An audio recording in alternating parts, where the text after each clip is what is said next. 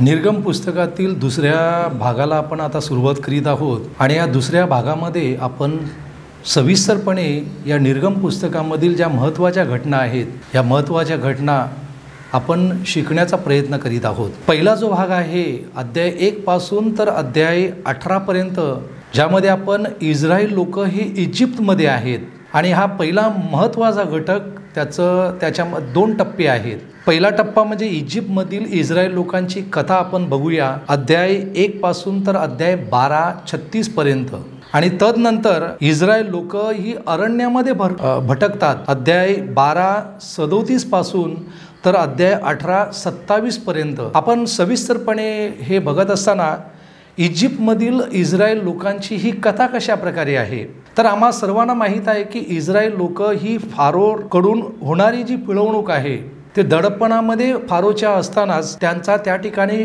शारीरिक जो छळ होत आहे आणि मोशे या ठिकाणी त्याचा चमत्कारिक जन्म होईल आणि मोशेला परमेश्वर देव एक पाचारण करील की या मोशेद्वारे इस्रायल लोकांना तो त्या मिस्री लोकांमधून त्यांना मुक्त करणार आहे। आणि मग मिदान या ठिकाणी मोशे हा पलायन करील, त्या देशामध्ये जाईल। मग त्या ठिकाणी देव मोशेशी बोलणार आहे, त्याला पाचारण करील, त्याला एक प्रकारचं विशिष्ट टास्क देईल, त्याला कार्य देईल आणि त्याला सांगणार की तू फारोकडे जाऊन माझ्या लोकांना तू सोडव, लेट माय पीपल गो, हे जे माझं फरमान आहे, माझी शिकवणूक आहे, तू त्याला सांग। देव फारोचं हृदय त्या ठिकाणी कठोर करील आणि अशा वेळी परमेश्वर देव त्या ठिकाणी 10 ज्या पिढ्या आहेत त्या पाठवल्या जाईल। पहिला जो भाग आहे आपण चमत्कारिकरित्या किंवा गोष्टी रूपाने अतिशय आपण चांगला वाचू शकणार आहोत। नंतर इस्रायल लोक ही अरण्यामध्ये भरकटतात, शूर नावाच्या रानामध्ये ती पोचतात आणि शूर नावाच्या रानामध्ये पोचल्यानंतर इस्रायलचं त्या ठिकाणी कुरकुरपणा, रहाटगणं, रडणं जे आहे हे चालू होतं। प्रत्येक वेळी ते देवाविरुद्ध कुरकुर करतील आणि पहिल्यांदा जेव्हा ते मारा या ठिकाणी जातील, ज्या ठिकाणी त्यांना पाण्याची तहान लागेल, 3 दिवसांचा प्रवास पूर्ण केल्यानंतर पोटामध्ये त्यांना पाणी नाही आणि अशा वेळी तिकडचं पाणी देखील त्यांना पिवेनासं होतं आणि मग परमेश्वर देव त्या ठिकाणी त्यांना ते पाणी देतो, पाणी काढतो आणि म्हणून त्या ठिकाणावरून पाणी मिळतं, म्हणून त्या जागेला त्या ठिकाणी मारा हे नाव पडलेलं आहे। नंतर हे इस्रायल लोक मारामधून एलीम या ठिकाणी गेले। मग एलीम या ठिकाणी त्यांना एलीम आणि सिनाय यामधला जो भाग आहे,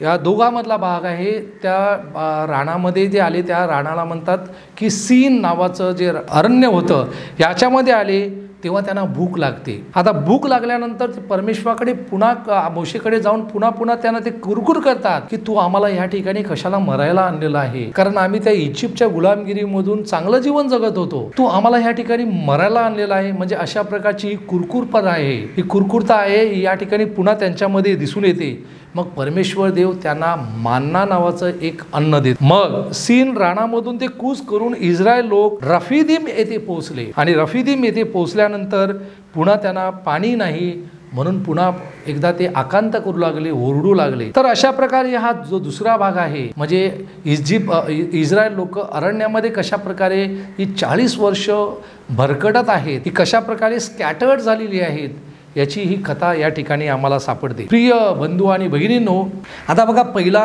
अध्यायामध्ये अध्याय 1 मध्ये वचन 7 आपण ऐकलं की इस्रायल वंशज फलद्रूप झाले, अतिशय ते वृद्धी पाहून बहुगुणित झाले।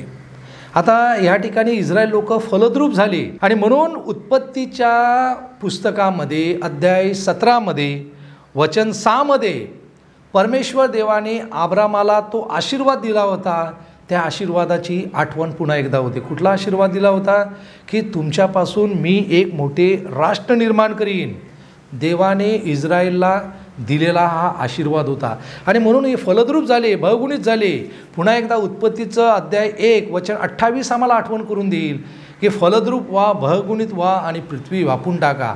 हा परमेश्वर देवाने आदामाला आणि एवेला आशीर्वाद दिला होता। म्हणजे जणू काही ही जी इस्रायलची संतती वाढ आहे, ही संतती या ठिकाणी पहिल्या अध्यायामध्ये आपण बघत आहोत, ही वाढत चालली आहे. संख्या जशी वाढत जात होती तशी फारो राजाला ही झोप लागत नव्हती. त्याला भीतीचे कुठे एका मागोमाग संकेत येऊ लागले आणि हे भीतीचे जे संकेत होते, हे संकेत एकच सांगत होते की इस्रायलची संख्या वाढल्यानंतर कदाचित ते तुमच्यावरती वर्चस्व गाजवतील. म्हणून या फारोने त्या वरिष्ठांना बोलवलं आणि वरिष्ठ लोक त्या आमदानीमध्ये जे वरिष्ठ लोक होते, मिस्री लोक होते, ते आले आणि ही जी संख्या त्यांची वाढत असताना ते म्हणू लागले, हे सर्व वरिष्ठ लोक फारोला म्हणू लागले की जर या इस्रायल लोकांची ही संख्या जर अशा प्रकारे वाढत राहिली तर शत्रू पक्ष जेव्हा उद्या आपल्यावरती लढाईसाठी येईल तेव्हा कदाचित हे इस्रायल लोक शत्रू पक्षाकडे जातील आणि त्यांना मदत करतील आणि आपल्या विरुद्ध लढाई करतील. आणि म्हणून या ठिकाणी अध्याय 1 वचन 9 ते सांगत आहे, लोकास म्हणाला, पहा या इस्रायल वंशाचे लोक आपल्यापेक्षा संख्येने व बलाने अधिक झालेले आहेत, तर चला आपण त्यांच्याशी धूर्तपणाने वागूया, नाहीतर ते संख्येने फार वाढतील आणि एखादा युद्धाचा प्रसंग आला म्हणजे ते आपल्या शत्रू पक्षाला जाऊन मिळतील, सामील होतील. म्हणजे या ठिकाणी हा फारो राजा आणि हे जे वरिष्ठ लोक होते एक प्रकारचं धूर्त योजना त्या ठिकाणी आखतात, प्लॅन करतात आणि जणू काही देवाने दिलेला तो आशीर्वाद होता, इस्रायल लोकाला देवाने दिलेला आशीर्वाद होता की तुमच्यापासून मी एक मोठं राष्ट्र निर्माण करीन. हा आशीर्वाद आता फारो राजा हा नाहीसा करण्याचा प्रयत्न करील. आणि फारो राजा हा देवाचा आशीर्वाद कशा प्रकारे नाहीसा करील, तर आपण दुसऱ्या अध्यायामध्ये आपण सविस्तर बघणार की जेव्हा हे इब्री लोकांच्या घराण्यामध्ये मुलगा जन्मास येईल तेव्हा मुलाची हा फारो राजा कत्तल करील, त्याला मारील. म्हणजे मुलाचा जन्म जर झाला नाही तर पुढची संतती त्यांच्यामार्फत येणारच नाही. आणि म्हणूनच फारो राजा या ठिकाणी अशा प्रकारचं एक व्यक्तिमत्व आपल्यासमोर सादर करीत आहे की फारो स्वतः सांगत आहे की गुड अँड इव्हिल, चांगलं आणि वाईट, that will be decided by me. चांगलं काय आहे आणि वाईट काय आहे याची निवड हे मी करू शकेन. म्हणजे अशा प्रकारचं हे फारोचं व्यक्तिमत्व आम्हाला फारोचं व्यक्तिमत्व या पुस्तकामध्ये शिकायला मिळते. दुसऱ्या अध्यायामध्ये आपण येऊया. दुसऱ्या अध्यायामध्ये आपल्याला मोशेचा जन्म आणि त्याचं पाचारण याची शिकवणूक होईल. आणि म्हणून या ठिकाणी स्त्रियांची जी भूमिका आहे मी पहिल्या भागामध्ये तुम्हाला मी सांगितलं आहे. पहिली स्त्री म्हणजे स्वतःची त्याची आई, जिने जन्मानंतर 3 महिने या लहान मोशेला आपल्याबरोबर आपल्या कुटुंबामध्ये घाबरत त्याने मोशेला वाढवलं, त्याचं पालन केलं तिने. दुसरी स्त्री म्हणजे मोशेची बहीण मिरियाम. नदीकाठी जेव्हा फारोची मुलगी स्नान करण्यासाठी येते तेव्हा त्या ठिकाणी त्या लहान मोशेला दूध पाजण्यासाठी त्या इब्री स्त्रियामधून ती एक बाई घेऊन येते. म्हणजे ती स्वतःची मोशेची आईच आणते आणि त्या फारोच्या मुलीला ती मदत करण्यासाठी सहकार्य करते. तिसरी स्त्री म्हणजे स्वतः फारोची मुलगी, जिने मोशेला वाढवलं आणि मोशेला वाढवत असताना जे मोशे नाव देण्यात आलेलं आहे, हे नाव जणू काही आम्हाला सांगत आहे what is the meaning of Moses. मोशेचा अर्थ काय, तर पाण्यामधून काढणं. हा अर्थ या टायटलमधून, या नावामधून आम्हाला शिकायला मिळतो. नंतर त्याच्या या पाचारणानंतर, या जन्मानंतर आपण बघा, जेव्हा तो मोशे वाढत जाईल, लहानाचा मोठा होईल, तेव्हा तो आपल्या स्वतःच्या बांधवांचं दुःख, त्यांचं दडपण जे आहे, त्यांचं गुलामगिरीचं जे जीवन आहे तो स्वतः डोळ्याने बघणार आहे. आणि अशावेळी मोशे मैदान सोडून पळून का जात आहे बघा. आपल्या भाऊबंदाकडे जाऊन त्यांचे कष्ट त्यांनी पाहिले. एक इब्री, एक मिस्री लोकांबरोबर भांडण चालले होते आणि हे भांडण चालत असताना हे एकमेकावरती मारणार. अशावेळी मोशे त्या ठिकाणी एका मिस्र्याला तो ठार मारतो आणि ही घटना कदाचित त्याला कारणीभूत होती की जेव्हा त्याने तो मिदान देशामध्ये त्याने पलायन केलं. म्हणजे मिसर देश सोडला, तो फारोचं गुलामगिरीचं ते इजिप्शियन सोडलं त्याने आणि तो मिदानमध्ये गेला. कदाचित कारण हेच होतं की अशा प्रकारचं तो बघत होता. तर माझ्या प्रिय बंधू आणि भगिनींनो, की मोशे मिदानमध्ये गेल्यानंतर परमेश्वर देव मग मोशेला पाचारण करतो, बोलावतो. अध्याय 3मध्ये आपण हा सुंदर अशी जी घटना आहे ती शिकू शकतो की होरेब पर्वतावरती मोशे हा गुरेढोऱ्यांना घेऊन गेला होता. आता ही कोणाची गुरेढोरं होती तर त्याचा जो सासरा होता इत्रो, या इत्रोची जी गुरेढोरं घेऊन तो होरेब पर्वतावरती तो गेला होता. होरेब या पर्वतावरती गेला असताना त्या ठिकाणी परमेश्वर देव त्याला जळत्या झुडपामधून दर्शन देतो. परमेश्वर देव त्या ठिकाणी प्रकट होतो आणि त्या ठिकाणी तो परमेश्वराबरोबर बोलतो, ऐकतो आणि परमेश्वराचं त्याला दर्शन घडतं. आणि अशा प्रकारे मग त्या ठिकाणी परमेश्वर देव त्या मोशेला बोलावतो, त्याला पाचारण करतो. ह्या ठिकाणी अत्यंत महत्त्वाच्या 2 घटना प्रिय बंधू आणि भगिनींनो आपण प्रत्येकाने शिकायचं आहे. पहिली गोष्ट की देव जेव्हा एखाद्या माणसाला पाचारण करतो तेव्हा या पाचारण प्रक्रियेमध्ये कुठल्या पायऱ्या असतात. दुसरी गोष्ट, परमेश्वर देव मोशेला पाचारण करतो आणि त्याला कुठलं कार्य देतो. तर पहिला बघूया या पाचारण प्रक्रियेमध्ये कुठल्या पायऱ्या आहेत. अत्यंत महत्त्वाचे 5 टप्पे आहेत पाचारणामध्ये. ते एखाद्या कुठल्या तरी आपण संदेशाला परमेश्वर देव बोलावतो तेव्हा ह्या पाचारणाच्या 5ही टप्पे जे आहेत, पायऱ्या आहेत, ते आपल्याला दिसून येतील. पहिली गोष्ट, परमेश्वर देव आमंत्रण करतो, बोलावतो. God gives invitation to the person. देव मोशेला झुडपामध्ये दर्शन देतो, इन्व्हाइट करतो. काय दर्शन देतो? आमंत्रण देतो. मोशे इकडे जवळ येऊ नकोस. अध्याय 3मध्ये वचन 5 सांगत आहे की पहिली गोष्ट त्या ठिकाणी मोशेला त्याने पाचारलं, बोलवलं, इन्व्हिटेशन दिलं. दुसरं, प्रतिसाद. देवाने जे इन्व्हिटेशन दिलेलं आहे त्याला मानव प्रतिसाद कसा देतो? मोशेचा आवाज ऐकतो आणि मोशेचा आवाज ऐकल्यानंतर तो जातो. आणि तिसरी गोष्ट आहे ती म्हणजे ऑब्जेक्शन, नकार.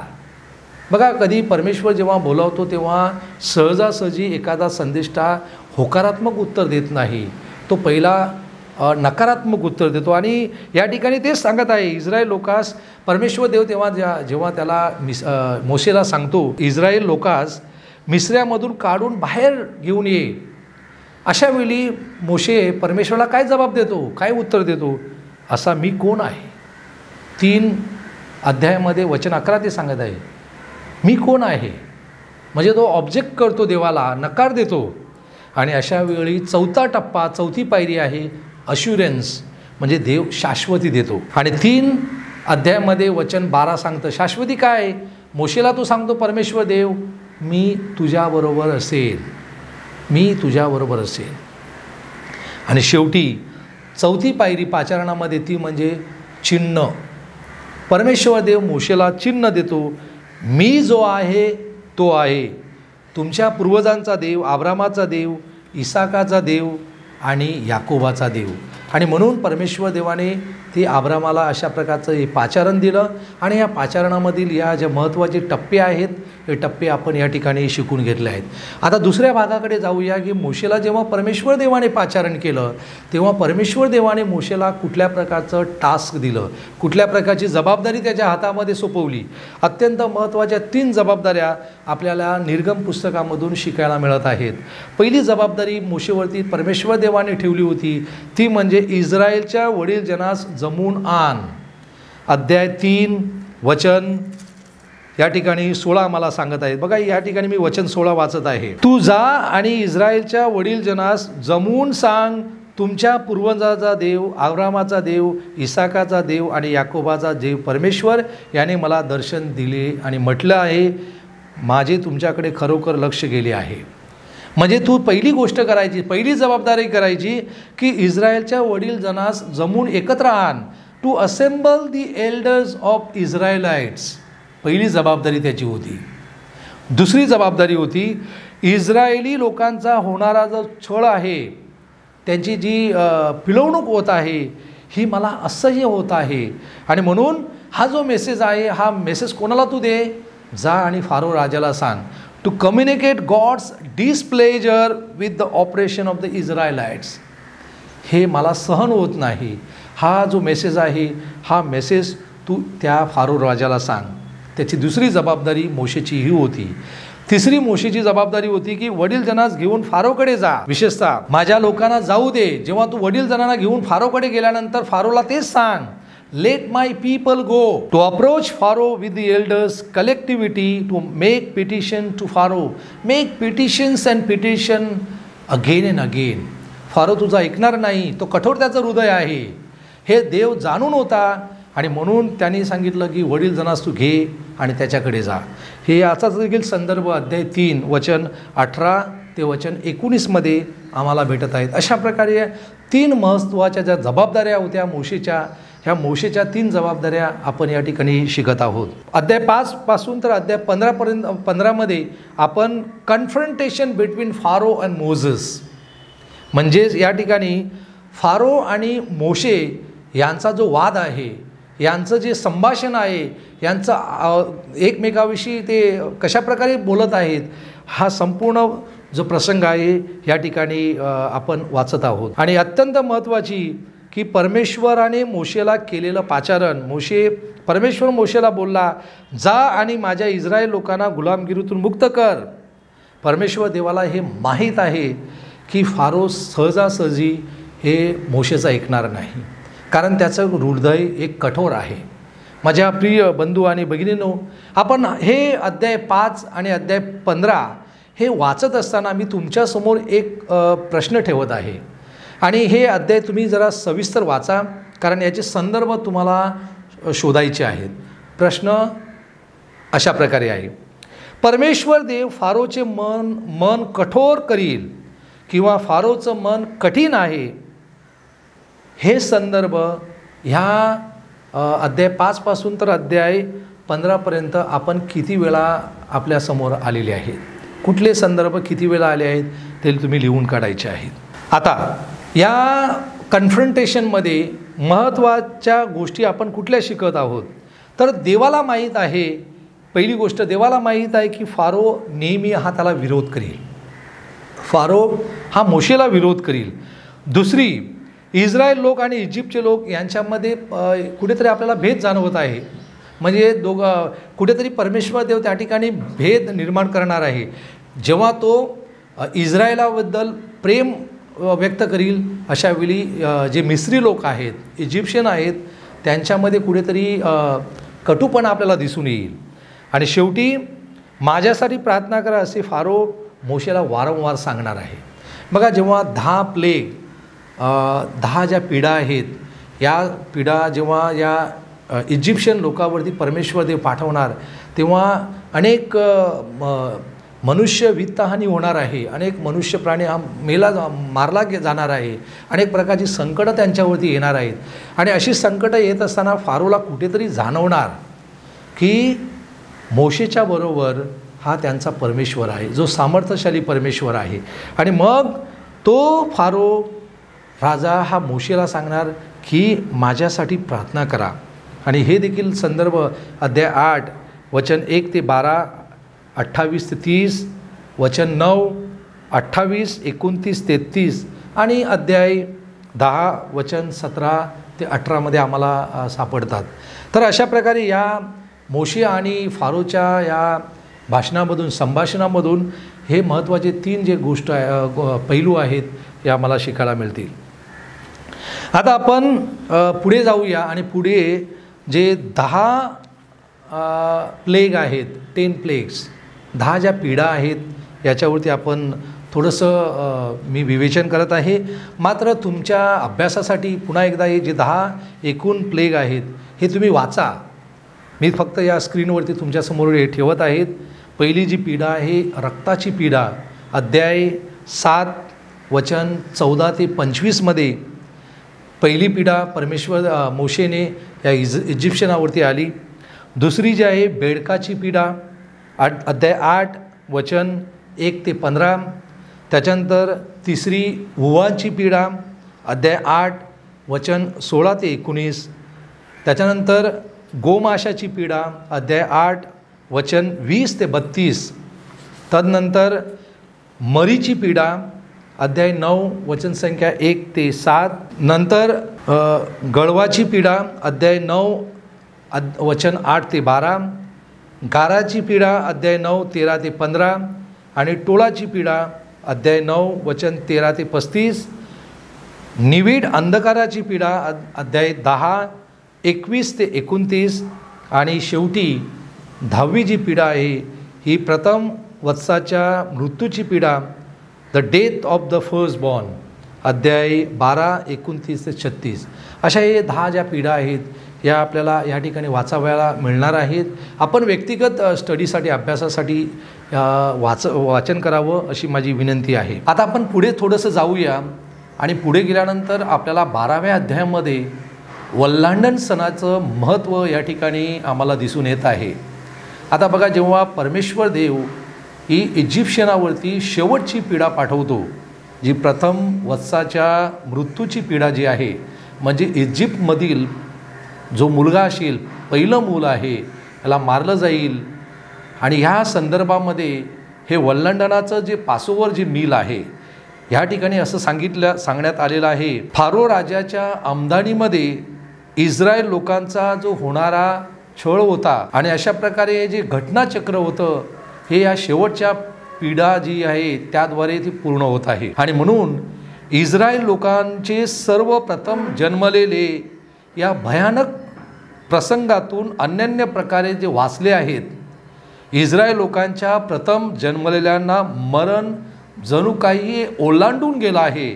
म्हणून या घटनेला वल्हांडण असं म्हटलं जात आहे. आता आपण पुढे वल्हांडण सण आणि बेखमीर भाकरीचा सण या 2 सणाचं जे महत्त्व आहे हे अध्याय 12 वचन 1 ते 28, 40 51 आणि अध्याय 13 1 5 पर्यंत. तर ह्या 2 सणाचं थोडक्यामध्ये मी तुम्हाला जे महत्त्व आहे हे महत्त्व या ठिकाणी समजावून सांगण्याचा प्रयत्न करीत आहे. बघा, वल्हांडण सणासाठी वेदीची आवश्यकता नसायची. तर हा जो वल्हांडणाचा सण आहे तो घरी साजरा केला जात असे. आणि म्हणून याची सविस्तर जर माहिती तुम्ही 12व्या अध्यायामध्ये तुम्हाला मिळणार आहे.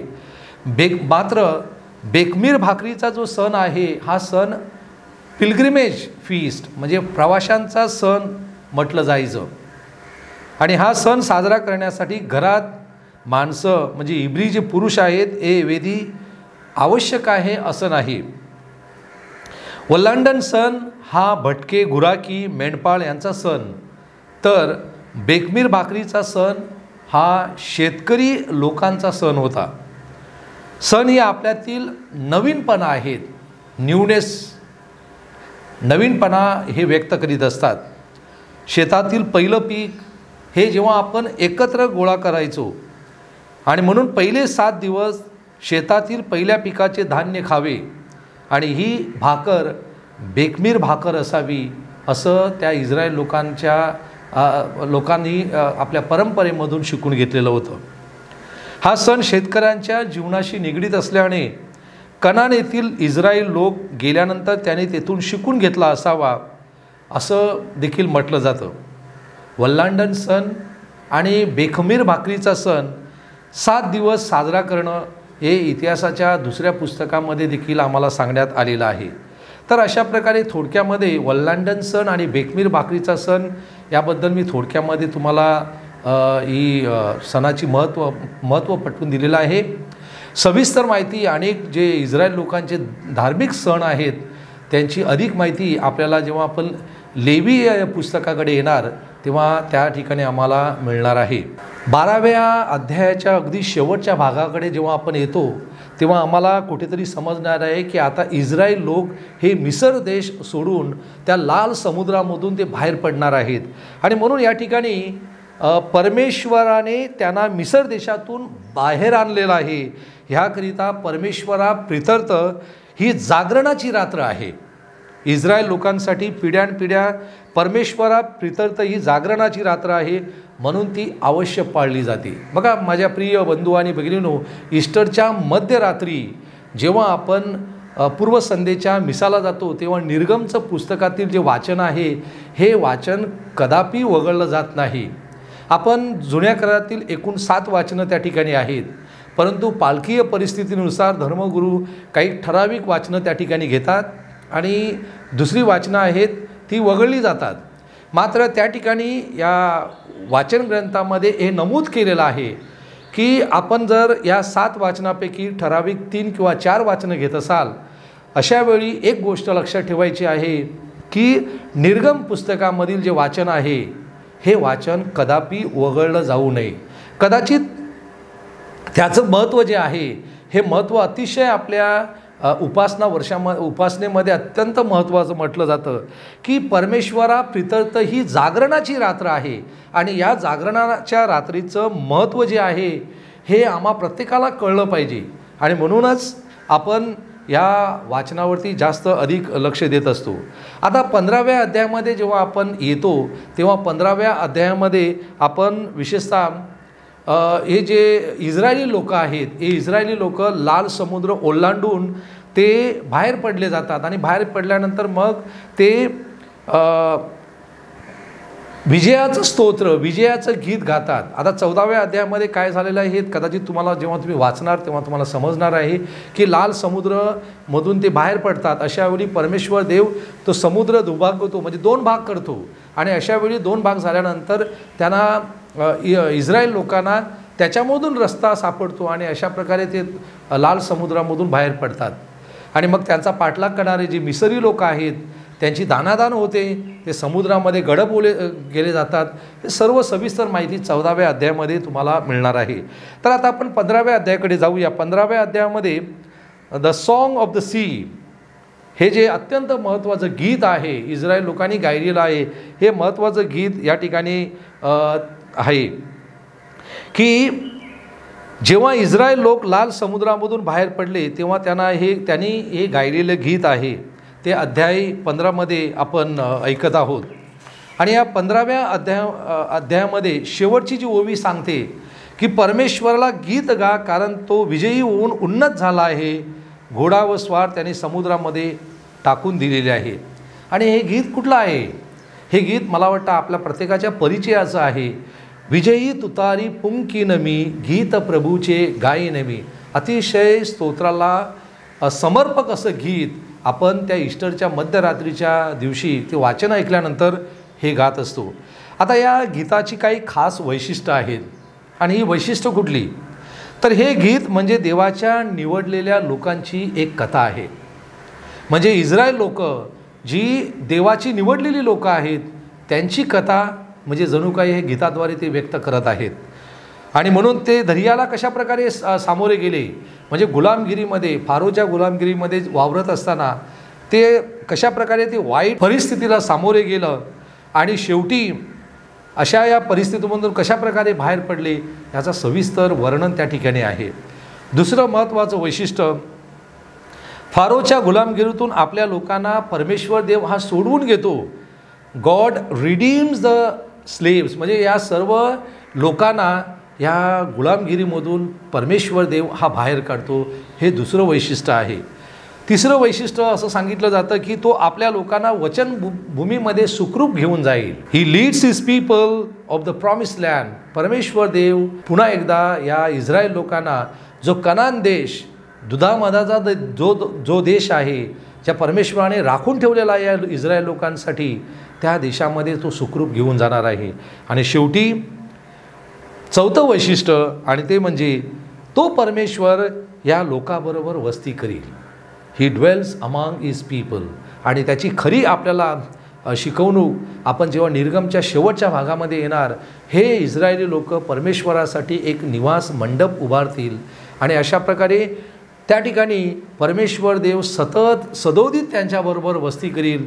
अशा प्रकारे ही 4 वैशिष्ट्य आपण या गीतामधून शिकू शकतो. आता एकदा ते इस्रायल लोक जेव्हा बाहेर पडतील तेव्हा या इस्रायल लोक बाहेर पडल्यानंतर अध्याय 16व्यापासून तर अध्याय 18पर्यंत आपण मी पहिल्या भागामध्ये अतिशय सविस्तर सांगितलं आहे की हे कशा प्रकारे 40 वर्ष अरण्यामध्ये भटकतात.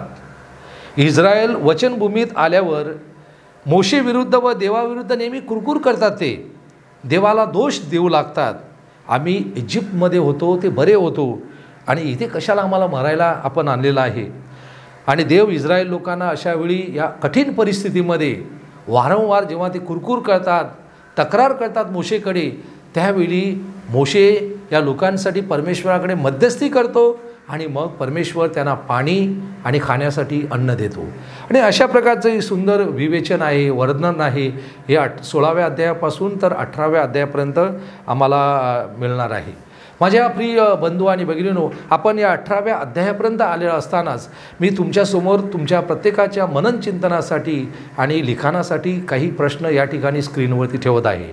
पहिला प्रश्न असा आहे की एलीम या ठिकाणी इस्रायल लोकांना पाण्याचे किती झरे व खजुराची किती झाडे सापडली? एलीम या ठिकाणी इस्रायल लोकांना पाण्याचे किती झरे व खजुराची किती झाडे सापडली? विशेषतः तुम्ही अध्याय 15पासून जेव्हा वाचणार तेव्हा ह्याची तुम्हाला उत्तरं सापडणार आहे. ह्या प्रश्नाचं तुम्ही उत्तर शोधायचं आहे. त्याचप्रमाणे दुसरा जो प्रश्न आहे, इस्रायल लोक देवाने दिलेल्या वचनदत्त भूमीत पोहोचेपर्यंत किती वर्ष ते अन्न म्हणजे मान्ना खात होते? मी पुन्हा एकदा हा रिपीट करत आहे. इस्रायल लोक देवाने दिलेल्या वचनदत्त भूमीत पोहोचेपर्यंत किती वर्ष मान्ना खात होते? हा दुसरा प्रश्न आहे. आणि त्याचबरोबर आपल्या मननचिंतनासाठी तिसरा प्रश्न आहे आणि तो म्हणजे मोशे इजिप्त सोडून हा मिद्यान देशामध्ये का गेला? हे 3 प्रश्न तुम्ही जेव्हा अभ्यास करणार तेव्हा तुम्हाला याची माहिती मिळणार आहे. तर ह्या प्रश्नाची उत्तरं तुम्ही शोधून काढण्याचा प्रयत्न करा. अध्याय 19 ते अध्याय 24पर्यंत आपण इस्रायल लोक ही सिनाय पर्वतावरती त्यांचं वास्तव्य जे आहे याबद्दल ऐकणार आहोत. निर्गमच्या पुस्तकामध्ये विशेषतः आपण अत्यंत महत्त्वाची जी गोष्ट आम्हाला शिकायला मिळणार ती म्हणजे सिनाय पर्वत. सिनाय पर्वतावर परमेश्वर देव आणि मोशे आणि इस्रायल लोक यांच्यामधील ज्या गोष्टी आहेत त्यांचा अभ्यास व त्यांच्याबरोबर निवास मंडप व मोशेने जे निवास मंडप बांधलेले आहे त्याबद्दल आपण जी शिकवणूक आहे ती सविस्तर या विभागामध्ये शिकू शकतो. आता या ठिकाणी सिनाय पर्वतावरती पुन्हा एकदा आपल्याला परमेश्वर देवाने जे इस्रायल लोकाला अभिवचन दिलं, आणखी एक अभिवचन दिलं होतं, त्याची पुन्हा एकदा आठवण करून दिली जात आहे. पहिलं अभिवचन त्याने आद्य पित्यांना दिलं होतं आणि ते म्हणजे कुठलं की तुमच्यापासून मी एक मोठं राष्ट्र निर्माण करीन. उत्पत्तीच्या पुस्तकामध्ये आपण ते ऐकलेलं आहे आणि त्याची पुनरावृत्ती निर्गमच्या पुस्तकामध्ये पुन्हा आपल्याला सांगण्यात आलेली आहे. परमेश्वर देवाने तशाच प्रकारे एक आणखी अभिवचन दिलं होतं. निर्गमच्या पुस्तकामध्ये अध्याय 3मध्ये 12वं वचन सांगत आहे, देव म्हणाला, खचित मी तुम्हाबरोबर असेन, मी तुला पाठवीन, त्याची तुला ईच खून. तू लोकास मिसरांतून काढून आणल्यावर ह्याच डोंगरावर तुम्ही देवाची सेवा कराल. आता बघा हे इस्रायल लोक सिनाय पर्वतावरती सिनाय डोंगरावरती पोचलेले आहेत, ज्या डोंगरावरती परमेश्वर देव त्यांना घेऊन येणार होता असं त्याने अगोदरच सांगितलं आहे. म्हणजे जणू काय परमेश्वर देवाचं हे जे आश्वासन आहे हे पुन्हा एकदा या ठिकाणी पूर्ण होत आहे. तर सिनाय जो पर्वत आहे या सिनाय पर्वताचं महत्त्व हे बायबलमधील अत्यंत महत्त्वाचं आहे. आता सिनाय पर्वतावरती अत्यंत महत्त्वाची गोष्ट म्हणजे परमेश्वर देव मोशेकडे 10 आज्ञा देतो आणि त्याच 10 आज्ञा मग मोशे हा लोकांना घेऊन जातो आणि या ज्या 10 आज्ञा आहेत त्या 10 आज्ञाबरोबर मग शेवटी परमेश्वर देवासाठी हे लोक एक निवास मंडप म्हणजे टॅबरनेकल बांधतात आणि त्या ठिकाणी देवाचं अस्तित्व त्या टॅबरनेकल राहावं म्हणून त्या ठिकाणी तो एक कोश आणला जातो. आणि अशा प्रकारची ही जी संकल्पना आहे, शिकवणूक या उर्वरित भागामध्ये आम्हाला शिकायला मिळणार आहे. आता देवाच्या कराराची खास वैशिष्ट्य काय बघा. देवाचं करार आणि त्याचं वैशिष्ट्य की देवाने दिलेले वचन अब्रामाला विशेषतः त्याने वचन दिलं होतं उत्पत्तीमध्ये 12मध्ये 15मध्ये 17मध्ये की अब्राम व त्याच्या कुटुंबाद्वारे देव त्यांना आशीर्वाद व सर्व राष्ट्रांना तो देईल. म्हणजे त्यांना आशीर्वाद मिळेल हे अभिवचन अब्रामाला त्यांनी दिलेलं होतं. त्याचप्रकारे इस्रायल लोकांना त्यांनी तो आशीर्वाद दिला. निर्गममध्ये आपण विशेषतः 19व्या अध्यायामध्ये 1 ते 6 वचनामध्ये बघतो की तुम्ही याजक वर्ग पवित्र राष्ट्र व्हाल. देव इस्रायलला खरा आशीर्वाद या ठिकाणी देत आहे आणि हा देवाचा आशीर्वाद काय आहे अत्यंत महत्त्वाचा आशीर्वाद देव परमेश्वर देव इस्रायल लोकांना देतो, मी तुमचा देव आणि तुम्ही माझी प्रजा आहात. I am your God and you are my people. निर्गम पुस्तकामधील आणखी एक महत्त्वाचं हे जे वाक्य आहे किंवा ही शिकवणूक आहे, हे आपण लक्षात ठेवायची आहे की परमेश्वर देव त्या लोकांबरोबर करार करतो आणि कराराचं खून म्हणून परमेश्वर देव त्यांच्याबरोबर वस्ती करील. आणि करार तोच होता की तुम्ही माझी प्रजा आहात आणि मी तुमचा देव आहे. आता सिनाई करार आणि कराराचा कोश ह्या ज्या संकल्पना आहेत ह्या थोडक्यातमध्ये मी तुम्हाला या ठिकाणी समजावून देण्याचा प्रयत्न करीत आहे. सिनाई करार म्हणजे सिनाई करार म्हणजे नक्की काय, तर परमेश्वराने मोशेबरोबर किंवा इस्रायल लोकांबरोबर जो केलेला करार आहे त्या कराराला सिनाई करार असं म्हटलं जातं.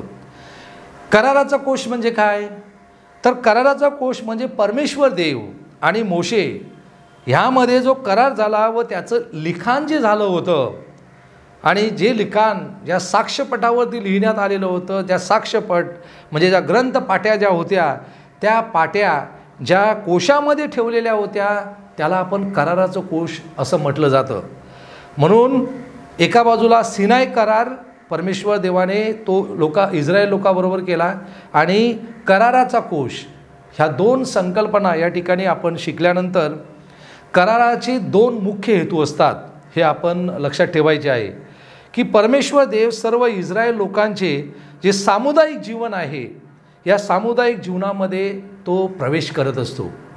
या कराराद्वारे परमेश्वर देव त्यांच्याबरोबरचे त्यांचे नातेसंबंध आहे, इस्रायल लोकांबरोबरचे नातेसंबंध आहे, त्या नातेसंबंध अधिक दृढ करण्याचा तो प्रयत्न करतो.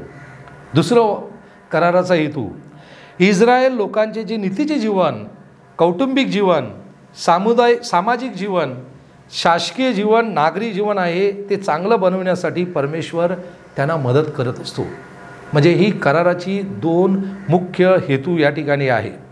परमेश्वराने अब्रामाबरोबर एक धार्मिक करार केला होता आणि त्याची माहिती आपल्याला उत्पत्तीच्या 15व्या अध्यायामध्ये वचन 28मध्ये समजते की परमेश्वराने अब्रामाशी केलेला तो करार होता. आणि म्हणून माझ्या प्रिय बंधू आणि भगिनींनो, करार कसा केला जात होता, तर करार जेव्हा केला जात असे त्यावेळी एखाद्या विधीने तो साजरा करायचा, एखादे वासरू किंवा एखादे कोकरू अर्पण केले जायचे किंवा एखादे झाड लावायचे किंवा एखादा दगड उभारला जायचा. आणि अशा प्रकारची जी शिकवणूक उत्पत्तीच्या 21व्या अध्यायामध्ये आपण ऐकलेली आहे. हे जे सर्व करार आहेत त्यामुळे इस्रायल लोक हे परमेश्वराशी कराराद्वारे बांधले गेले होते, जोडले गेले होते. तेथे ते परमेश्वराची पूजा करतात. परमेश्वराबरोबर ज्यांचा जो धर्म आहे, राष्ट्रीय धर्म आहे, त्याचं ते पालन या ठिकाणी करत आहात. म्हणून हा जो करार आहे तो दोन समान व्यक्तीमध्ये किंवा समान संस्थेमध्ये केला जातो. तर अशा प्रकारे हे कराराची जी वैशिष्ट्य किंवा कराराची संकल्पना या ठिकाणी आपण शिकून घेत आहोत. आता करारातील महत्त्वाचे घटक कुठले? करारामधील महत्त्वाचा पहिला घटक म्हणजे ईश्वर प्रेम. एकाच देवाला भज आणि मूर्तीपूजा तू करू नकोस. दुसरं कराराचं महत्त्वाचं घटक म्हणजे मानव प्रेम. जे जे ईश्वर इच्छित आहेत, ईश्वराला जे हवं आहे ते मानवाने करावं असं कराराची संकल्पना आम्हाला सांगत असते. कराराचा तिसरा घटक आणि तो म्हणजे परमेश्वर जे काही बोलणार ते आपण स्वीकारायचं आहे. आणि म्हणून आपण बघतो की इस्रायल लोकांनी ते ऐकलं, देवाने जे काही सांगितलं होतं त्याचं त्यांनी पालन केलं. आणि म्हणून देवाने त्यांना सांगितलं, जर तुम्ही त्यात माझं पालन ही शिकवणूक जर त्याचं पालन केलं तर तुम्हाला आशीर्वाद मिळेल. आणि म्हणून हे इस्रायल लोक त्या कराराचं पालन करण्याचा प्रयत्न करीत होते. मात्र कधी कधी त्यांच्यामधून ते देवापासून दूर गेले. आणि विशेषतः जेव्हा त्यांनी ते वासरू कापलं, सोन्याचं वासरू तयार केलं आणि सोन्याचं वासरू तयार केल्यानंतर ते ती पूजा करू लागले. म्हणजे देवाच्या जी शिकवणूक होती त्याला ते विसरले. आणि अशा प्रकारे ते देवाच्या विरुद्ध जात असताना मोशे त्या ठिकाणी मध्यस्थ करतो, लोकांसाठी तो एक विनवणी करतो देवाकडे की यांना तू वाचव. तर अशा प्रकारे या ज्या संकल्पना आहेत या संकल्पना आपण शिकू शकतो. करार आणि कराराचा कोश विशेषतः आपण हे शिकत असताना हे इस्रायल लोक कराराचं नूतनीकरण करायचे. आणि हे नूतनीकरण कशासाठी आणि कधी करायचे, तर त्या संदर्भामध्ये असं सांगण्यात आलेलं आहे की कराराचे नूतनीकरण हे प्रत्येक 7 वर्षांनी हे लोक करायचे. आणि त्यावेळी नियमशास्त्र त्या ठिकाणी ते वाचायचे. आणि विशेषतः अनुवादाचं पुस्तक अध्याय 31 वचन संख्या 9 आणि 13 मला सांगत आहे की ज्यावेळी त्याने कराराचं नूतनीकरण केलं त्यावेळी त्या ठिकाणी नियमशास्त्र हे वाचण्यात आलेलं आहे. कराराचं कोश म्हणजेच आपण बघितलं आहे की देवाचं अस्तित्व. आणि म्हणून ही जी संकल्पना आहे विशेषतः अध्याय 25 पासून तर अध्याय 31 पर्यंत जेव्हा हे इस्रायल लोक देवासाठी निवास मंडप उभारतील त्यामध्ये आपण अधिक सविस्तर वाचू शकतो. पण त्याच्या अगोदर अध्याय 20 तर अध्याय 23मध्ये परमेश्वर देव सिनाई पर्वतावरती मोशेच्या हातामध्ये त्या 10 आज्ञा देतो, ज्या 10 आज्ञा आजही आपल्या ख्रिस्ती शिकवणीमध्ये आपण त्याचं पालन करत आहोत. म्हणजेच परमेश्वर देवाने हे जे नियम दिले, या आज्ञा दिल्या होत्या, या आज्ञा मोशेच्या हातामध्ये दिल्या. आणि मोशेच्या हातामध्ये असं शिकवणूक आपल्या कानावरती आपली शिकवणूक पडत आहे की मोशेने हातामध्ये 2 पाट्या तो घेऊन आला. तो 2 पाट्यावरती परमेश्वराने ते सर्व लिहून दिलेलं होतं. आणि तेच लिहिलेलं जे 10 आज्ञा होत्या तो इस्रायल लोकांना देण्यासाठी त्या ठिकाणी खाली आला. तर इस्रायल लोक देवाबरोबर आपले नातेसंबंध कशाप्रकारे प्रस्थापित करतील, म्हणजे या 10 आज्ञाद्वारे आम्हाला एक शिकायला मिळणार आहे की आपण आपले नातेसंबंध देवाबरोबर कसे घट्ट करायचे आहे. आणि दुसरी आणखी आज्ञा देव देतो की देवाची पूजा करणं, न्याय नीतीचे जीवन जगणं आणि विशेषतः जी नीतीची मूल्य आहेत त्याचं पालन करणं हे अत्यंत महत्त्वाचं आहे. ह्या संदर्भामध्ये ह्या शिकवणुकीमध्ये ह्या ज्या 10 आज्ञा आहेत ह्या आम्हाला माहिती पुरवतात. आता अध्याय 25 पासून तर अध्याय 31 पर्यंत आपण देवासाठी निवास मंडप म्हणजे टॅबरनेकल बांधलं जाईल. आता या ठिकाणी बघा अध्याय 25मध्ये हे इस्रायल लोक मोशेद्वारे त्या ठिकाणी ते निवास मंडप आणि विशेषतः देवालय सँच्युरी, त्या निवास मंडपामध्ये एक सँच्युरी असेल की त्या सँच्युरीमध्ये जाण्याचा अधिकार कुणालाच नव्हता. तर केवळ हा मोशे होता. हा मोशे परमेश्वराबरोबर संवाद साधण्यासाठी त्या निवास मंडपामध्ये जायचा. आणि ज्या वेळी हा मोशे निवास मंडपामध्ये परमेश्वराशी संवाद साधायला जायचा त्यावेळी हे सर्व इस्रायल लोक जे बाहेर आपापल्या घरामध्ये असायचे ते उभे राहायचे आणि जणू काही त्या ठिकाणी ते लक्ष द्यायचे, त्या निवास मंडपाकडे लक्ष द्यायचे की ज्या ठिकाणी आता मोशे देवाबरोबर संवाद साधण्यासाठी त्या पवित्र ठिकाणी तो गेलेला आहे. आणि म्हणून मोशे आणि इस्रायल लोकांनी जी सँच्युरी जे देवालय बांधलेलं आहे हे देवालय कशाचं प्रतीक आहे, हे पावित्र्याचं प्रतीक आहे की ही जी जागा आहे ही जागा पवित्र आहे. आणि म्हणून हे पावित्र्य तुम्ही जपून ठेवण्याचा तुम्ही प्रयत्न करायचा आहे. तर देवालय किंवा हे निवास मंडपाचं हे शिकवणूक आपल्याला या अध्याय 31 पर्यंत शिकायला मिळणार. त्याच्यानंतर अध्याय 32 पासून 34 पर्यंत देवाबरोबर केलेला करार लोक मोडतात, त्याचं नूतनीकरण नंतर पुन्हा एकदा केलं जातं. ही सविस्तर माहिती तुम्ही अभ्यासासाठी वाचण्याचा प्रयत्न करा. आणि शेवटी अध्याय 35 पासून तर शेवटी अध्याय 40 पर्यंत मोशे परमेश्वराप्रित्यर्थ पुन्हा एकदा निवासस्थान टॅबरनेकल त्या ठिकाणी बांधतो. तर अशा प्रकारे या सर्व घटनांनी हा जो शेवटचा जो भाग आहे हा भाग आपण निर्गमच्या पुस्तकामध्ये शिकत आहोत. प्रिय मित्रांनो, या निर्गमच्या पुस्तकामध्ये शेवटी जी कराराची संकल्पना आपण शिकून घेतलेली आहे, या कराराच्या संकल्पने संबंधी आपल्या पवित्र मरियेच्या जीवनाशी निगडीत जे कराराचं कोश, पवित्र मरियेला जसं कराराचं कोश का म्हटलं जात आहे त्याबद्दल मी थोडक्यामध्ये माझं विवेचन तुमच्यासमोर या ठिकाणी सादर करण्याचा प्रयत्न करीत आहे.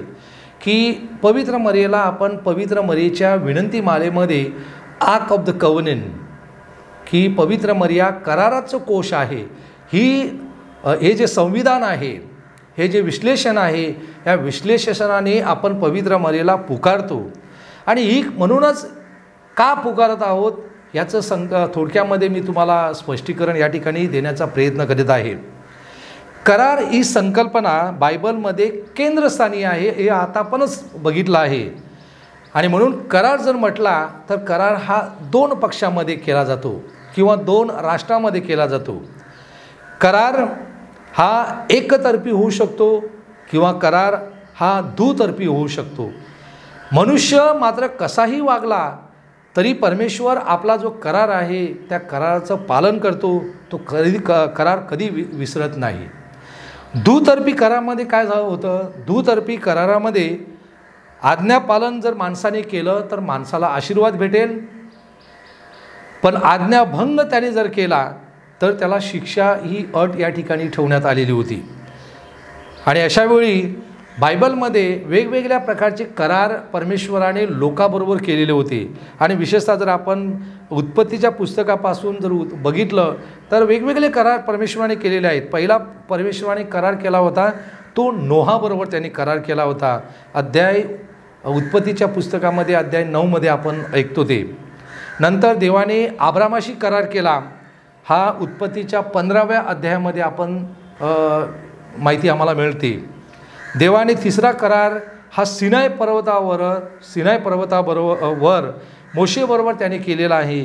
निर्गम पुस्तकामधील अध्याय 19 त्याचं विवेचन आहे. चौथा करार देवाने केला की देवाने दाविदाबरोबर करार केला, तो दुसऱ्या शमूएलाच्या पुस्तकामध्ये आहे. आणि शेवटी देवाने इस्रायल लोकाबरोबर एक नवीन करार केला, त्याची माहिती यिर्मयाच्या पुस्तकामध्ये अध्याय 31 आम्हाला मिळत आहे. म्हणजे अशा प्रकारे हे जे धार्मिक करार आहे हे धार्मिक करार बायबलमध्ये आम्हाला सापडतात.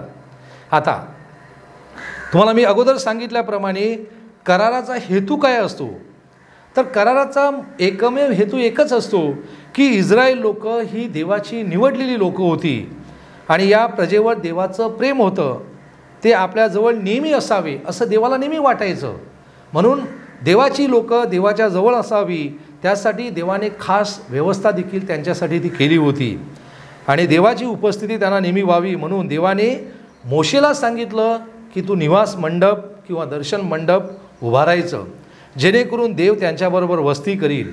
आणि हे आपण निर्गम पुस्तकामध्ये 25व्या अध्यायापासून तर 27व्या अध्यायामध्ये आपण शिकलेलो आहोत. आणि जो निवास मंडप जे प्रार्थना मंदिर तयार केलेला होता त्यात त्यांनी आक म्हणजे कोश हा ठेवला होता.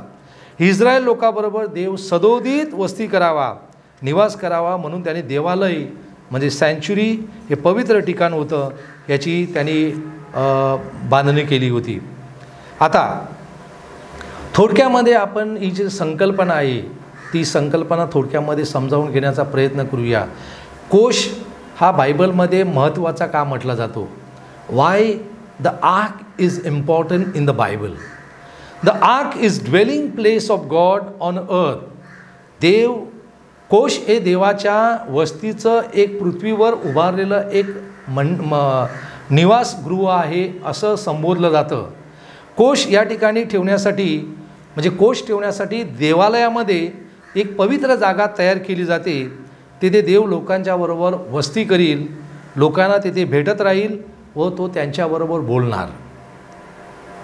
दुसरं महत्त्वाचा शिकवणूक या आगपासून किंवा या कोश याच्यापासून येते की जो कोश आहे हा कोश कशापासून तयार झालेला आहे, तर आगसाठी किंवा कोशासाठी जो इब्रू शब्द आहे ॲरन म्हणजेच बॉक्स किंवा एक पेटी किंवा आपण आपल्या शब्दामध्ये त्याला पेटारं म्हणू शकतो. कोश म्हणजे पवित्र पेटी होती. देवाने सिनाय पर्वतावरील मोशेच्या हातामध्ये ज्या 2 साक्ष्यपट दिले होते ते साक्ष्यपट त्या पेटीत ठेवावे असं आपण निर्गमच्या पुस्तकामध्ये ऐकलं. अध्याय 25 त्या साक्ष्यपटाबरोबर पेटीमध्ये मान्ना म्हणजे इस्रायल लोकांना अरण्यात भूक लागली तेव्हा त्यांनी मान्ना ही भाकर खाल्ली. आणि तिसरी गोष्ट त्या पेटीमध्ये होती ती म्हणजे अहरोनाची काठी म्हणजे देवाची काठी म्हटली जात होती. अशा प्रकारे या ज्या 3 गोष्टी आहेत या 3 गोष्टी या कोशामध्ये ठेवल्या जात होत्या. आय रिपीट वन्स अगेन, मी पुन्हा एकदा सांगत आहे, कोशामध्ये पहिली गोष्ट ठेवण्यात आली होती की या मोशेच्या हातामध्ये जे साक्षपट दिले होते ते साक्षपट. दुसरी गोष्ट, या कोशामध्ये मान्ना म्हणजे अन्न, भाकर एक प्रतीक ठेवलं होतं. आणि शेवटी तिसरं प्रतीक म्हणजे अहरोनाची काठी, देवाचं एक प्रतीक म्हणून त्या ठिकाणी ही 3 प्रतीकं ठेवण्यात आलेली होती. आता कोश तयार करण्यासाठी म्हणजे जे आक आहे ते तयार करण्यासाठी कुठल्या प्रकारचं झाड वापरायचे, तर अविनाशी प्रकारचं झाड होतं ज्याला अशुद्ध करता येणार नाही. यहुदी इतिहासात अशा प्रकारच्या अविनाशी झाडाचा उल्लेख हा करण्यात आलेला आहे. जे झाड वापरण्यात आले ते मजबूत व अविनाशी होते आणि त्यांचा विनाश कधी झाला नाही.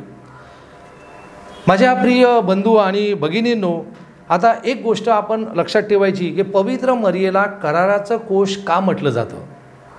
आणि यासाठी बायबलमधील काही संदर्भ मी तुमच्यासमोर ठेवत आहे की एका बाजूला हे इस्रायल लोक आहेत, हे जेव्हा कराराचा कोश वाहत असताना एका ठिकाणावरून दुसऱ्या ठिकाणी जात असताना ते पावित्र्य जपतात. अशावेळी म्हणजे देव त्यांच्याबरोबर वस्ती करत आहे, देव त्यांच्याबरोबर आहे हे आम्हाला दर्शविलं जातं. आणि नवीन करारामध्ये आपण पवित्र मरियेला कराराचा कोश या नावाने उद्देशतो. याचा संदर्भ नक्की काय, तर लूकच्या शुभवर्तमानामध्ये आपण एकमेव जो प्रसंग आहे तो म्हणजे अध्याय 1 मध्ये वचन 39 पासून तर 49 मध्ये आपण ऐकतो की पवित्र मरिया एलिशेबेला भेटायला जाते. आणि हाच एक असा उतारा आहे की या उताराद्वारे आम्हाला समजतं की पवित्र मरिया ही कराराचा कोश कसा आहे हे थोडक्यामध्ये मी तुम्हाला या ठिकाणी समजावून देण्याचा प्रयत्न करत आहे. आता या दोन्ही घटनांमध्ये साम्य आहे. आणि कुठलं साम्य आहे बघा, जुन्या करारामध्ये निर्गम पुस्तकामध्ये इस्रायल लोक ते देवाचं कोश ते एका ठिकाणावरून दुसऱ्या ठिकाणी घेऊन जात असताना देवाला ते त्याचं अस्तित्व मानायचे. त्या ठिकाणी असं सांगितलं जातं की पहिलं त्यांच्यामध्ये साम्य काय आहे की दर्शन मंडपावर मेघाने छाया केली, निवास मंडप परमेश्वराच्या तेजाने भरून गेला. निर्गम अध्याय 40 वचन 34 ते 35. आता पवित्र मरेकडे जेव्हा आपण येतो तेव्हा पवित्र मरेमध्ये कुठलं साम्य आहे की पवित्र आत्मा तुझ्यावर येईल व परतपराचे सामर्थ्य तुझ्यावर छाया करील. लूकचा शुभवर्तमान अध्याय 1 वचन 35. कराराचा कोशामध्ये आपण बघतो की दावीद हा उठतो देवाचा कोश आणण्यासाठी आपल्या निवडक लोकांसह यहुदामध्ये जाण्यास तो निघाला. शमूएलाचं दुसरं पुस्तक जे आहे त्याच्यामध्ये अध्याय 6 मध्ये वचन 2 मध्ये आपण ऐकतो. तर मरिया या ठिकाणी नवीन करारामध्ये लूकच्यामध्ये शुभवर्तमानामध्ये मरिया घाईघाईने तर डोंगराळ प्रदेशातील यहुदाच्या गावामध्ये त्वरेने गेली आणि त्या ठिकाणी ती मरियेला भेटते.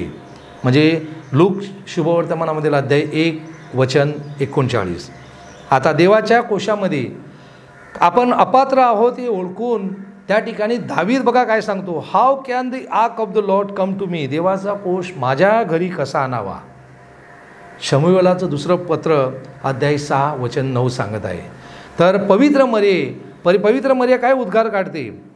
पवित्र मरिया जेव्हा पवित्र मरियेला पाहताच एलिशेबा आपल्या अपात्र आहोत, मी पात्र नाही ही ती तिला त्या जाणीव होते आणि ती म्हणते माझ्या प्रभूच्या मातेने माझ्याकडे यावे हा मान मला कुठून. लूक शुभवर्तमान अध्याय 1 वचन संख्या 43. चौथं महत्त्वाचं साम्य आहे, देवाचा कोश आपल्यासमोर येत आहे हे जेव्हा दावीदाला समजतं तेव्हा तो दावीद नाचत आणि बागडत तो राहिला. शमूएलाचं दुसरं पत्र अध्याय 6 वचन 15 ते 16 मध्ये आपण ऐकतो. तर जेव्हा योहान बॅप्टिस्टा अलिशेबेच्या उदरामध्ये वाढत होता, पवित्र मरिया अलिशेबाला भेटायला येते तेव्हा तिच्या उदरातील बालकाने उल्हासाने उडी मारली. लूक अध्याय 1 वचन 41. परमेश्वराचा कोश हा ओबेद अदोम यांच्या घरी 3 महिने राहिला असं शमूएलाचं दुसरं पत्र अध्याय 6 वचन 15 ते 16 सांगते आम्हाला. तर पवित्र मरिया अलिशेबा हिच्या घरी 3 महिने ती त्या ठिकाणी वस्ती करते. लूक अध्याय 1 वचन 56 सांगत आहे. कराराच्या कोशामुळे ओबेद ओबेद अदोम याच्या घरामध्ये बरकत आली, देवाने त्याचं घर आशीर्वादित केलं, घर पावन झालं. दुसरं शमूएलाचं पत्र अध्याय 6 वचन संख्या 11 सांगत आहे. आणि म्हणून या ठिकाणी नवीन करारामध्ये आपण बघतो की धन्य हा शब्दप्रयोग 3 वेळा या ठिकाणी झालेला आहे की देवाच्या मातेच्या रूपाने तो कोश घरात राहिल्याने ते घर पवित्र झालं. लूक अध्याय 1 वचन संख्या 39 ते 45. तर माझ्या प्रिय बंधू आणि भगिनींनो, या 2 घटनेमधील आपण साम्य बघितलं. शेवटी मी तुम्हाला एक सांगत आहे की पवित्र मरियेचं शरीर, Mary's body is a dwelling place of God. जर आपण असं सांगत असाल की पवित्र मरियेचं जो उदर आहे हे जणू काही हे देव त्या ठिकाणी त्याची कूस, त्याची देवाचं अस्तित्व आहे, देवाचं एक पृथ्वीवरील ठिकाण आहे. आणि हे कसं बघा, आपण देवाच्या त्या कराराच्या कोशामध्ये त्या 3 गोष्टी बघितल्या, त्या तशाच प्रकारच्या 3 गोष्टी आपण पवित्र मरियेमध्ये जो देव आहे त्याच्या रूपाने आपण बघत असतो. जुन्या करारामध्ये आपण कराराच्या कोशामध्ये, त्या कोशामध्ये इस्रायल लोकांनी मोशेच्या हातामध्ये जे साक्षपट दिले होते, दगडाच्या पाट्या त्या ठेवल्या होता, म्हणजे तो शब्द होता त्या ठिकाणी. तर नवीन करारामध्ये पवित्र मरियेच्या उदरामध्ये येशूचं शरीर खुद्द हा देवशब्द, ईश्वर शब्द होऊन मानवाचं रूप धारण करतो आणि तो पवित्र मरियेच्या उदरामध्ये वाढत आहे. दुसरी गोष्ट, त्या जुन्या कराराच्या कोशामध्ये मान्ना म्हणजे देवाने ती त्यांना भाकर दिली इस्रायल लोकांना खाण्यासाठी, ती भाकर त्या ठिकाणी आहे. तर आपण पवित्र मरियेच्या उदरामध्ये जेव्हा बघतो तेव्हा खुद्द येशू ख्रिस्त सांगत आहे, मी जिवंत भाकर आहे, मी स्वर्गातून उतरलेली जिवंत भाकर. योहानाचा अध्याय 6 वचन 41 सांगतं. कराराच्या कोशामध्ये तिसरी गोष्ट आहे आणि ती म्हणजे अहरोनाची काठी. अहरोन हा एक प्रमुख याजक म्हणजे धर्मगुरू, त्याचं प्रतीक म्हणून एक निशाणी, ती काठी त्या ठिकाणी आहे. पवित्र मरियेच्या उदरामध्ये येशू ख्रिस्त हा एक स्वर्गीय याजक आहे. आणि म्हणून हेवनली हाय प्रीस्ट, योहानाचं शुभवर्तमान अध्याय 1 15 वचन, 6 अध्याय 53 ते 58. आणि अशा प्रकारे हे 2 संदर्भ आहेत. हे 2 संदर्भ मी तुम्हाला तुमच्यासमोर थोडक्यामध्ये ठेवलेले आहेत. माझ्या प्रिय बंधू आणि भगिनींनो, शेवटी संत ग्रेगरीने या पवित्र मरियेच्या कोशा संदर्भामध्ये आणि जुन्या करारातील कोशा संदर्भामध्ये सुंदर असे शब्द सांगितले आहेत. आणि संत ग्रेगरी सांगत आहेत, Mary is a truly an ark, the gold within and gold without, as she has received in a whom all the treasures of the sanctuary. मरिया खऱ्या अर्थाने एक कोश आहे, सोन्यामध्ये सोनं आहे व सोन्याविना देखील तिला सोनं म्हटलं आहे. पवित्र देवालयात ठेवण्यासाठी तिच्या उदरात असलेली ही एक सर्व संपत्ती आहे. माझ्या प्रिय बंधू आणि भगिनींनो, आणि अशा प्रकारे हे निर्गम पुस्तक या ठिकाणी आपण पूर्ण करत आहोत. मला आशा आहे की या दोन्ही भागाद्वारे जे काय आपल्याला शिकायला मिळालेलं आहे, माहिती भेटलेली आहे, ही आपल्याला पूरक असेल. आपण आपलं वाचन करावं आणि जे प्रश्न आपल्यासाठी दिलेले आहेत त्याच्यावरती विशेषतः आपण मननचिंतन करून त्याची उत्तरं शोधण्याचा प्रयत्न करायचा.